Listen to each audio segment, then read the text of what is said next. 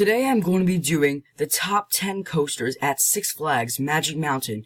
This is considerably one of the best, to some, the best Six Flags park out there. And this is indeed a great park, and I'm going to be counting down the top 10 coasters at it. So, Six Flags Magic Mountain has the most coasters of any amusement park currently in the world. Following just completely up there is Cedar Point, almost. And Six Flags Magic Mountain, the reason why I'm only doing top 10 is because it would take too long to do a top 20, because that's like pretty much all the roller coasters in the park. But I'm going to be doing the top 10 because that's more easier, and it's more sufficient, and more laid out and organized than top 20. So, without further ado, let's begin. So first up is Viper, and this roller coaster, needless to say, is one of the coasters that doesn't get that much likings. However, I did not really have a huge problem with it. It still had some headbanging. The last time I been here at Six Flags Magic Mountain was 2015, and when I rode it was a headbanger. So, and by the way, I've been to this park twice. For those who have been following me for a couple of years now, I went there in 2011 before my YouTube channel even started. And then last year, I recently went there in 2015 after my school ended to ride Twisted Colossus Full Throttle, but that's for a later time to be discussed. So, Viper, anyway, this is just your average custom looper. It really wasn't that special. You could relate it to probably Great American Scream Machine, which is now closed at Six Flags Great Adventure, which was taken down for Green Lantern, a stand-up coaster. You can say the rest. But Viper, it was just an okay coaster. I can't really complain about it, but it also wasn't great. Now, next up is Riddlers Revenge. Now, Riddlers Revenge, this is probably, considerably to people, the best stand-up coaster out there. Now, do I agree with the people that say this? Yes, I did like this better than Green Lantern, which is following up right at number 2 as my favorite stand-up coaster. And this is a stand-up coaster still. Really isn't a great roller coaster, but it also, for a stand-up coaster, wasn't that bad. So that's why I consider it to be my favorite stand-up coaster, and I know a lot of people would agree with me. Next up is Apocalypse the Ride. Now, Apocalypse the Ride, this is a great GCI wooden roller coaster. It's temporarily closed. If you look on their website, it's temporarily closed. But I rode it last time in 2015. I also rode it when I first went there in 2011. I believe it was still Terminator Salvation. I don't even really remember because that was a long time ago now, like 5 years ago. But when I went on it last year, it was Apocalypse, and it has been that a couple years prior too. But this is a great GCI wooden roller coaster. Is it my favorite GCI? Probably not. I probably have it right up there with Lightning Racer and Thunderhead at Dollywood. But this is still a great roller coaster, and if you're at Six Flags Magic Mountain, hit it up. Next up is Batman the Ride. Now, this is your average Batman the Ride clone. However, I do love Six Flags Magic Mountain's Batman the Ride clone's color scheme. I love the blue and black mixture. That's really, really cool, and it's very nice. It just makes the blue pop out of the black, and it really attracts people to the ride to ride it. Now, this is just overall, as the ride experience goes, your average Batman the Ride clone isn't anything special. It's just your very intense B&M inverts, and it's very fun, and it's an awesome coaster. Now, next up is Scream, and recently, I believe last year, Scream got a repaint. Now, instead of the yellow and blue tracking itself, now it's all blue with the orange supports like usual. However, they got a little bit more brighter, the orange supports. And in my opinion, the new Scream repaint looks awesome, makes the roller coaster pop out more really. The blue kind of reminds you of the Batman the Ride blue, but not quite really. This is more of like a lighter blue, or no, this is more of a darker blue. Anyway, this is a great Florist roller coaster. It's definitely one of my favorite Florist roller coasters out there. I probably have it right up there with like Rougarou and Dominator maybe. However, I don't think it is better than Bizarro. Bizarro still takes the cake as being my favorite Florist roller coaster out there, and I'm saying this right here, right now. Next up is Goliath, and this is your average awesome hyper roller coaster. People consider this put this together with Titan at Six Flags Over Texas. However, I've not been on Six Flags Over Texas as Titan. I haven't been to Six Flags Over Texas. I hope to get out there soon, though. Maybe next year, or maybe the year after that. I don't know, and I don't really want to look forward to it right now, considering I just got back from a month Like, I just got back from like a week-long trip, or over a week actually. I visited a lot of parks this year.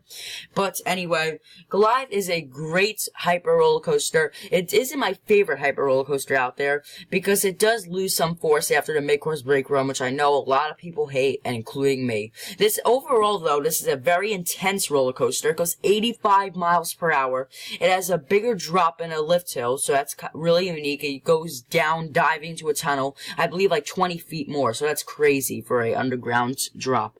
But anyway, this is a great roller coaster, and this is another recommendation at Six Flags Magic Mountain, but I do hear that Titan at Six Flags Over Texas is indeed better because of the extra helix, I believe. So I'm excited to try it out eventually.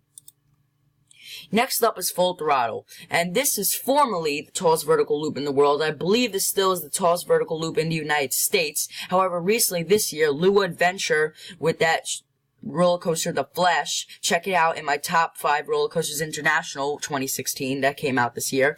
I believe that loop is about 170 or 180 feet, but this still, I believe, holds the cake as the tallest vertical loop in the United States itself. And this is a great roller coaster. This is, since I was last here in 2011, before Full Throttle opened, then I recently went there again in 2015. I really like this roller coaster. It's one of the newer roller coasters I've ridden at Magic Mountain since I first went there last year. Once again, because like in 2011, Full Throttle wasn't there, obviously. Full Throttle wasn't there till 2013, so 2 years later.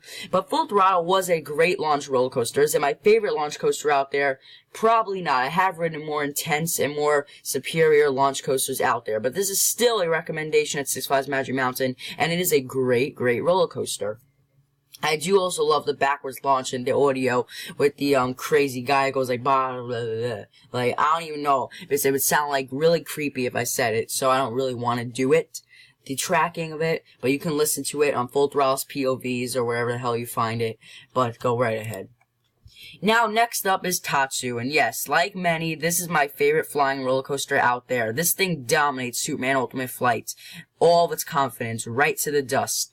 But Tatsu, this is a great roller coaster. It's crazy. It actually is an intense flying roller coaster, so be prepared for an intense roller coaster, especially that pretzel loop.